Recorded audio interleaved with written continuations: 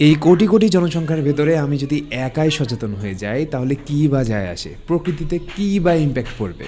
আমরা প্রায় প্রত্যেকেই এমন চিন্তাভাবনা একবার হলেও জীবনে করেছি, কিন্তু সত্যি কথা হলো আপনি যখন একা পরিবর্তন হওয়ার চেষ্টা করেন তখন আপনার আশেপাশের মানুষও আপনাকে দেখে প্রভাবিত হয়ে অটোমেটিকলি পরিবর্তন হয়ে যায়। পুরোটা না হলেও কিছুটা হয়ে যায়। আর এটার পিছনে অন্যতম কারণ যেটা বলা হয় সেটা হচ্ছে আমাদের মস্তিষ্কের মিরর নিউরন সিস্টেম।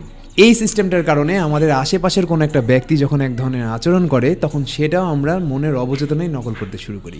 ইমিডিয়েট না করলেও আমরা কিছুদিন পর বা কিছুক্ষণ পর হলেও সেটা করি।